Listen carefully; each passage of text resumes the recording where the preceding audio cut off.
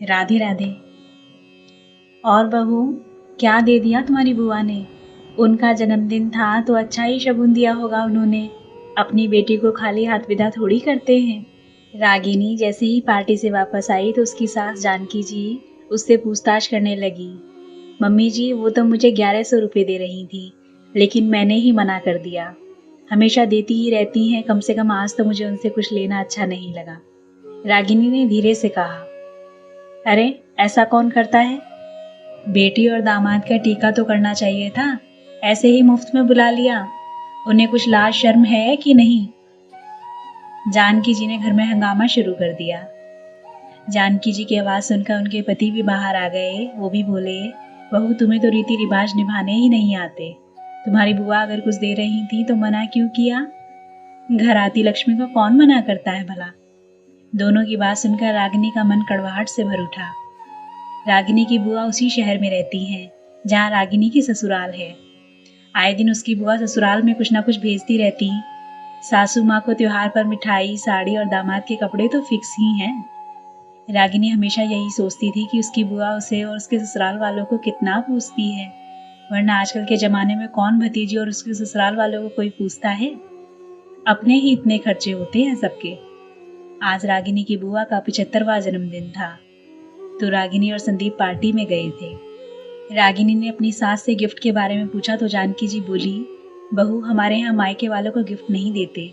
अरे उन्हें क्या शोभा देगा कि वो भतीजी से गिफ्ट लेंगी? बेटियों से गिफ्ट लेकर उन्हें उतना ही ज्यादा देना पड़ेगा, तो क्या फायदा उन पर बोझ डालने का। सासू माँ की बात सुनकर रागिनी चुप हो गई।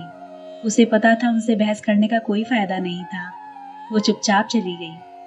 रागिनी को बुरा तो बहुत लग रहा था, लेकिन वो कर भी क्या सकती थी। फिर भी संदीप ने एक सुंदर सा फूलों का बुके ले लिया। जब रागिनी वापस आने लगी तो उसकी बुआ उसे 1100 रुपये शगुन के नाम के देने लगी, तो रागिनी ने मना कर दिया, नहीं बुआ जी, आज नहीं। एक तो मैं कोई गिफ्ट नहीं लाई, उस पर आपसे शगुन भी ले लूं, ये मुझसे नहीं होगा। अरे तेरी सास को बुरा लगेगा, बुआ जी बोली तो रागिनी वहां से चुपचाप चली आई। उसकी आंखें नम थी। घर आते ही सासू माँ ने हंगामा भी कर दिया। अभी जानकी सब कह ही रही थी कि संदीप बेगाड़ी खड़ी करके अंदर आ गया। उसने भी अपने मम्मी पापा की बात सुन ली। अभी वो कुछ बोलता उससे पहले ही रागिनी का फोन बजने लगा। रागिनी ने देखा कि उसकी बुआ का फोन था। रागिनी, तेरी सास गुस्सा तो नहीं हो रही थी? बेटा तू शगुन रख लेती तो क्या फर्क पड़ता, कोई 1100 रुपये में गरीब नहीं हो जाता।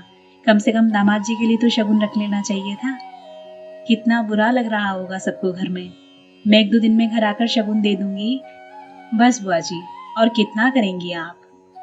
अब से आप कोई शगुन नहीं देंगी, ना ही किसी त्योहार पर, ना ही किसी तरीके से।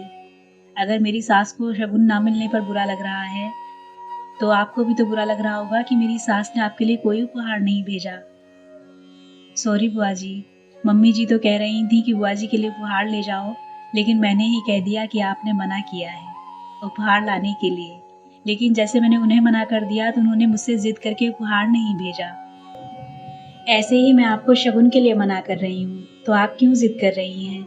जैसे वो आपकी समधन है, आप भी तो उनकी समधन हैं। बुआ जी, ताली एक हाथ से नहीं बजती। मतलब रिश्ते एक तरफ से नहीं निभाए जाते, रिश्ते हमेशा दोनों तरफ से निभाए जाते हैं, जिसके लिए दोनों पक्षों को हर संभव कोशिश करनी चाहिए। एक पक्ष कब तक कोशिश करता रहेगा? एक ना एक दिन तो वो हार ही जाएगा। और आज वो दिन आ गया है। मैं थक चुकी हूँ एक तरफा रिश्ते निभाते निभाते, बस अब और नहीं, कहकर रागिनी ने फोन रख दिया।